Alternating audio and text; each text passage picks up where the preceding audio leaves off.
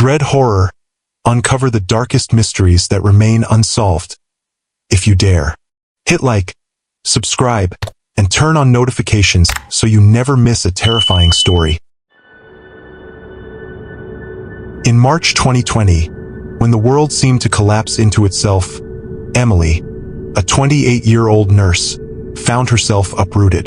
The pandemic had turned hospitals into war zones, and Chicago's streets, once alive with noise, were now ghostly silent under lockdown. Burnt out from endless shifts, she couldn't afford her old place anymore. So, she took what she could get. A cheap apartment in a crumbling brick building on the edge of the city. It was nearly empty, most tenants having fled when the restrictions hit. The landlord, a gaunt man with darting eyes, handed her the keys and mumbled, "Don't mind the noises at night. Old places creak." She nodded, too tired to care.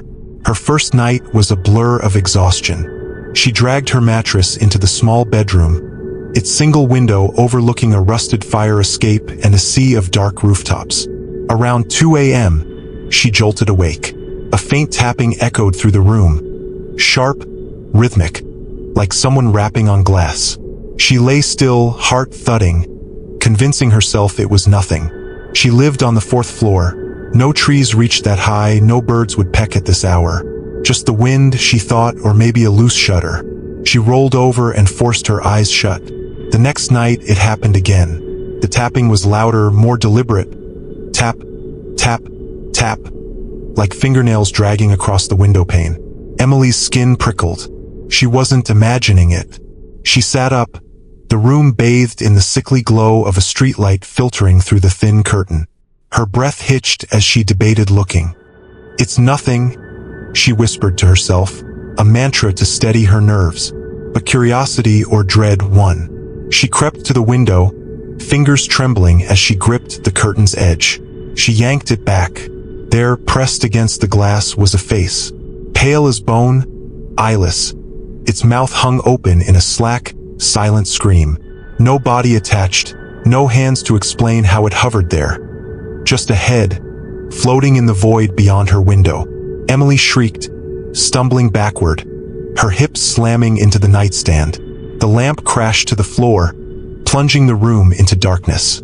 She fumbled for her phone, dialed 911, her voice shaking as she stammered, "Someone's outside my window, 4th floor. Please hurry." The police arrived 20 minutes later, their flashlights cutting through the night. They found nothing. No ladder, no smudges on the glass, no footprints on the narrow fire escape. The officer, a gruff man with a clipboard, eyed her skeptically. "You sure you saw something? Stress does funny things." Emily nodded, insistent, but doubt crept in. She hadn't slept properly in weeks. Maybe her mind was breaking under the strain. They left, and she locked the window tight, shoving a chair under the bedroom door for good measure. But the tapping didn't stop. Night after night, it returned. Sometimes soft, teasing. Other times a frantic staccato that rattled the frame. She stopped looking, afraid of what she'd see. But the image of that eyeless face burned into her skull. She'd lie awake, covers pulled to her chin, counting the taps like a twisted lullaby. Then one night it changed. The tapping paused, and a voice slithered through the silence. Low, garbled, like it came from underwater. "Let me in," it rasped. Emily bolted upright, sweat soaking her shirt. The words came again, clearer. "I'm so cold. Let me in." She couldn't take it anymore. The next evening, she borrowed a friend's old phone, set it to record video, and propped it on the sill, lens aimed at the glass. "Proof," she muttered, "or I'm losing it." She barely slept, the tapping a relentless drumbeat in her ears. At dawn, she snatched the phone, hands shaking as she played the footage. The first few hours showed nothing, just the curtain swaying faintly in the still air. Then, at 3:17 a.m., it started. Top, top, top. A shadow slid across the glass, slow and deliberate. The face appeared, pale, eyeless, its mouth twitching like it was chewing something invisible. The audio crackled, and that voice hissed through. "Let me in. I'm so cold, please." The face pressed closer, smearing the glass, its empty sockets seeming to stare right into the camera. Emily didn't pack. She just left. She broke the lease, threw her keys at the landlord, and stammered something about moving closer to work. He didn't argue, just watched her go with those tired, knowing eyes. "You're not the first to see it," he said as she reached the door. She froze, turning back. "What?" He shrugged. "Folks on for always complain. Building used to be a hospital, burned down in '58. Lot of them died up there, trapped. Windows wouldn't open." He smirked almost cruelly. "Guess some never left." She crashed at a friend's place after that, refusing to be alone. But the face followed her. She'd catch it in fleeting glimpses, reflected in a car window as she walked by, flickering in her phone screen when she scrolled too late, even staring back from the bathroom mirror once, its mouth moving silently. She stopped sleeping with windows open, stopped looking out at night. Last she checked, the apartment sat empty again, rent slashed even lower. She wonders who's next, who'll hear the taps, see the face, and feel that cold voice begging to be let in. Because Emily knows now, it's still there, waiting, and it doesn't give up. In the bleak heart of London's 2020 lockdown, James Carter, a 34-year-old graphic designer, felt like a ghost haunting his own life. His cramped flat, perched on the 7th floor of a concrete tower block, had once been a temporary stopgap, a cheap lease while he chased freelance gigs in a bustling city. Now, with the world shuttered, it was his entire universe. The streets below, once alive with honking taxis and chattering crowds, lay empty, their silence broken only by the wail of distant ambulances or the relentless patter of rain against his windows. Work had evaporated as clients canceled projects, leaving him with dwindling savings and a growing pile of delivery boxes, pizza cartons, grocery bags, random gadgets ordered in late-night fits of boredom. His flat was a chaotic nest of cardboard, the air thick with the stale scent of isolation. It began on a dreary Tuesday evening in April, the sky a bruised gray, rain streaking the glass like tears. James, restless and hollowed out by days of sameness, ordered a pepperoni pizza through an app, watching the little dot crawl across the map. At 8:42 p.m., the screen flashed, "Delivered." He waited, ear cocked for the familiar rap on his door. Nothing. Annoyed, he shuffled to the entrance in mismatched socks, cracked it open, and peered into the hallway. It stretched empty before him, the flickering fluorescent light casting jagged shadows on the damp concrete. Wet footprints glistened faintly, trailing off into the dark. But there was no pizza, no delivery guy, just the cold, heavy quiet. He sighed, chalked it up to a glitch, messaged support for a refund, and tried again the next night from a different place. Same result, delivered, but no knock, no food. By the third night, irritation curdled into something sharper. Unease. Lockdown had dulled his senses, but this felt wrong. A crack in the monotony he'd grown to rely on. He ordered again, half out of stubbornness, half to test the pattern, tracking the app with bleary eyes. This time, as he scrolled through a mindless feed on his phone, a sound stopped him cold. A soft, deliberate rustle, like paper dragged across stone. His pulse quickened. He crept to the door, pressed his eye to the peephole. There it was, a plain brown paper bag, unmarked, sitting alone in the hall's dim glow. No logo, no name, just there, an intruder in the stillness. The corridor beyond was a void, the far light buzzing like a dying insect. Curiosity battled dread. James hesitated, hand hovering over the knob, then grabbed the bag, its unexpected weight pulling at his arm, cold seeping through the paper into his skin. Back inside, he set it on the counter under the kitchen's weak bulb, shadows stretching across the cluttered room. He tore it open and recoiled. A slab of raw, bloody meat glistened inside, dark red and slick, dripping onto the chipped linoleum with a wet slap. No wrapper, no note, just flesh, its iron stench flooding the air. His stomach lurched. He gagged, stumbling to the sink. He grabbed a trash bag, shoveled the mess inside with a spatula, and hauled it to the outdoor bin, rain soaking his shirt as he scrubbed his hands raw under scalding water, the sink swirling red then clear. Sleep evaded him that night, the flat's silence oppressive. Around 3 a.m., a smell crept in, rotting thick, like meat left to fester. He bolted upright, heart hammering, and raced to the kitchen. The bin was empty. The meat was gone. His breath caught, eyes darting to the locked door, the windows sealed tight against the storm. He muttered to himself, "A rat? Maybe, or I'm losing it." But the words rang hollow. The next evening, another bag waited.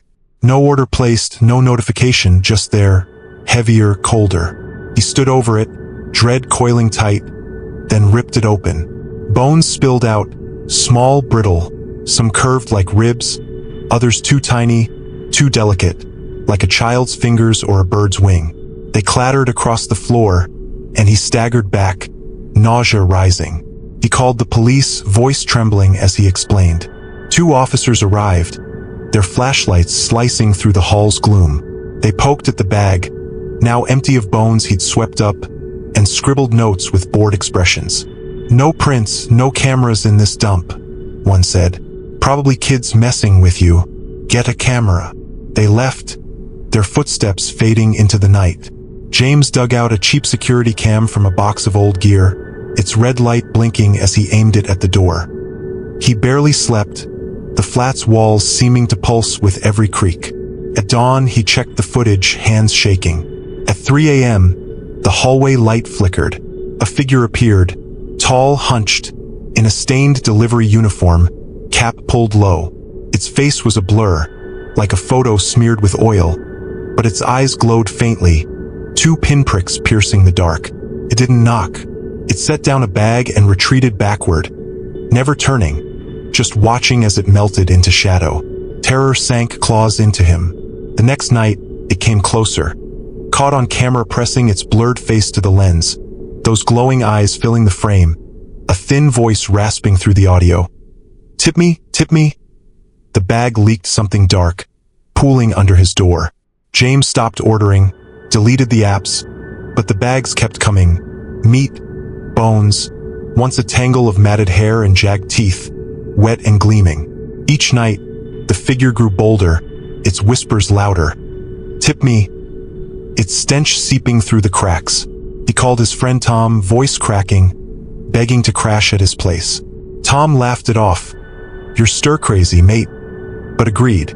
James packed a bag, abandoned the flat, keys left dangling in the lock. He didn't look back as he fled through the rain-slicked streets, the tower block looming behind like a gravestone. At Tom's, he tried to forget, burning the last delivery boxes he'd brought, swearing off apps for good. A month later, the new tenant, Tom's cousin, who'd scoffed at James's tale, texted him a photo. Piles of brown bags stacked outside the flat, dark stains seeping into the carpet, the air thick with rot. "Mate, what's with all these?" the message read. James didn't reply. He deleted it, hands trembling, but late at night, he still hears it, a rustle, a whisper. "Tip me," and wonders if it's waiting patient, somewhere in the dark.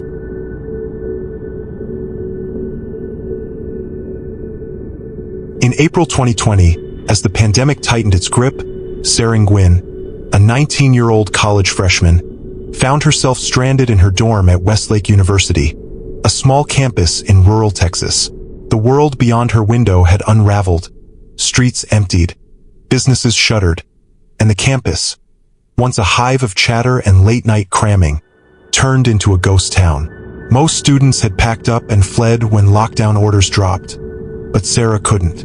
Her family lived in Oregon, 1,000 miles away, and flights were grounded, roads locked down. She was stuck, alone in a concrete dorm block with peeling paint, a narrow bed, and a single window overlooking a courtyard of dead grass and skeletal trees. The silence was suffocating, pierced only by the wind's mournful howl or the occasional creak of the building settling. Sarah tried to adapt. She'd carved out a corner of her room as a makeshift study, her laptop balanced on a wobbly stack of psychology textbooks, a cracked mug stuffed with pens she hadn't touched in weeks, a mini fridge humming fitfully in the background. Zoom became her lifeline, tethering her to professors and the dwindling handful of classmates still enrolled. She'd log in early, camera on, forcing a smile to hide the exhaustion etching lines under her dark eyes. Her days blurred into a haze of lectures, instant ramen, and restless naps, the dorm's emptiness seeping into her bones. She'd pace the room sometimes, talking to herself just to hear a voice, the sound bouncing off the bare walls. Her friend Mia, a bubbly psych major with a knack for dark humor, kept her sane through late-night texts. "This lockdown's gonna turn us into lab rats," Mia joked once, and Sarah had laughed, clinging to that thread of normalcy.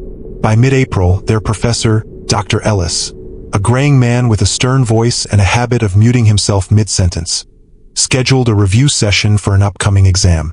The email came late, setting it for 10 p.m., an odd hour that made Sarah pause. She texted Mia, "Weird time, right?" Mia replied, "Yeah, but Ellis is a night owl. See you there." Sarah shrugged, chalking it up to lockdown chaos. Time had lost meaning anyway. That night, she brewed a cup of stale coffee, the bitter scent cutting through the dorm's musty air. She tied her dark hair into a messy bun, pulled on a hoodie, and settled at her desk, the window behind her reflecting the room's dim glow. She logged into Zoom at 9:55 p.m., the screen flickering to life. 8 students popped up in grainy squares. Mia waved, her smile tired but familiar. Others nodded or stared blankly, their rooms a mix of cluttered desks and blank walls. Dr. Ellis's window was a black void, his name tag static, audio off as usual. Sarah adjusted her headset, a faint static buzz tickling her ears.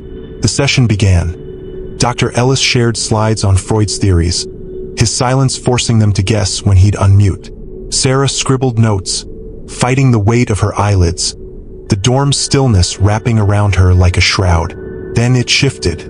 Halfway through, Mia's video froze, her face locked mid-smile, eyes wide, mouth unnaturally still.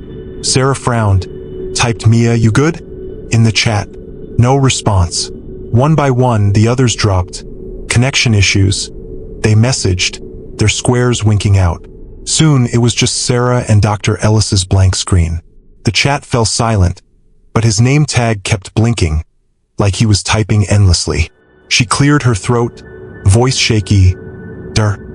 Ellis? Hello? Can you hear me?" Nothing.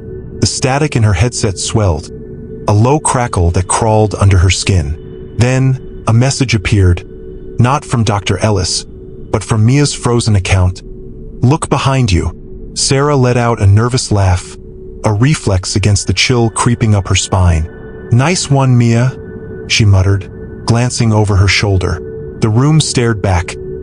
Empty, the door bolted, the window dark against the night, reflecting her pale face. She turned back, but the chat exploded. "Look again. She's there. Don't turn off the camera." The messages flooded in, not from Mia or Dr. Ellis, but from blank profiles. No names, no faces, just text piling up. Her heart thudded, palms slick with sweat. The screen glitched, pixels twisting, and Dr. Ellis's video snapped on. It wasn't him. A woman stared out, pale as ash, eyeless, her mouth moving in a slow, silent rhythm, like a prayer or a curse. Sarah's breath caught, terror pinning her to the chair, those empty sockets seeming to lock onto her. She slammed the laptop shut, the sound echoing in the stillness. The dorm's power cut out instantly, plunging her into pitch black. Her ears rang, then, a soft shuffle, like bare feet dragging across carpet, slithered from the corner. She scrambled for her phone, fingers fumbling, and flicked on the flashlight. The beam swept the room. Nothing, just shadows stretching too long. The air thick with something she couldn't name. She dialed campus security, whispering, "Someone's here. Please, hurry." The line crackled, static drowning her plea, and that shuffling sound bled through the speaker, closer, deliberate. She backed against the wall, light shaking in her grip, until headlights pierced the dark. Security pulling into the courtyard. The noise stopped, leaving only her ragged breathing. The guard, a grizzled man with a weathered face, swept the room with his flashlight.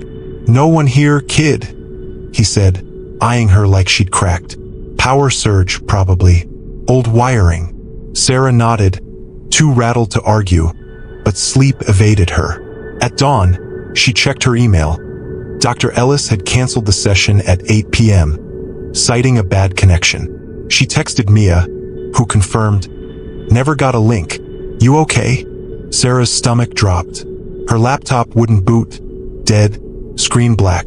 She hauled it to IT, a nervous freshman trailing her. The tech pried it open, his brow furrowing. "Hard drive's toast. And this," he pointed to the webcam lens, scratched deep from the inside, gouges no tool could make. No idea how that happened. Sarah moved home that week, stuffing her life into a duffel bag, the dorm's silence chasing her out. She crashed at her parents' house, avoiding mirrors, jumping at every creak. Months later, sorting photos on her phone, she found a screenshot she didn't recall taking. Her on the Zoom call, smiling faintly, time-stamped 10:47 p.m. Behind her, pressed against the window, was the eyeless woman, pale and still, mouth open in that silent chant. Her parents didn't believe her when she showed them, blaming stress, but Sarah deleted it, hands trembling. She dug online, found whispers about the dorm, built over an old asylum, abandoned after a patient vanished in the 70s. Her room on the 3rd floor, same as Sarah's. The building stayed empty after she left, lights flickering at night, students reporting footsteps, voices. Sarah stopped joining late calls, stopped sitting near windows after dark. Some nights, she hears it. A shuffle, a crackle, a whisper from nowhere, "Don't turn off the camera," and wonders if it's still watching, waiting for her to log back in.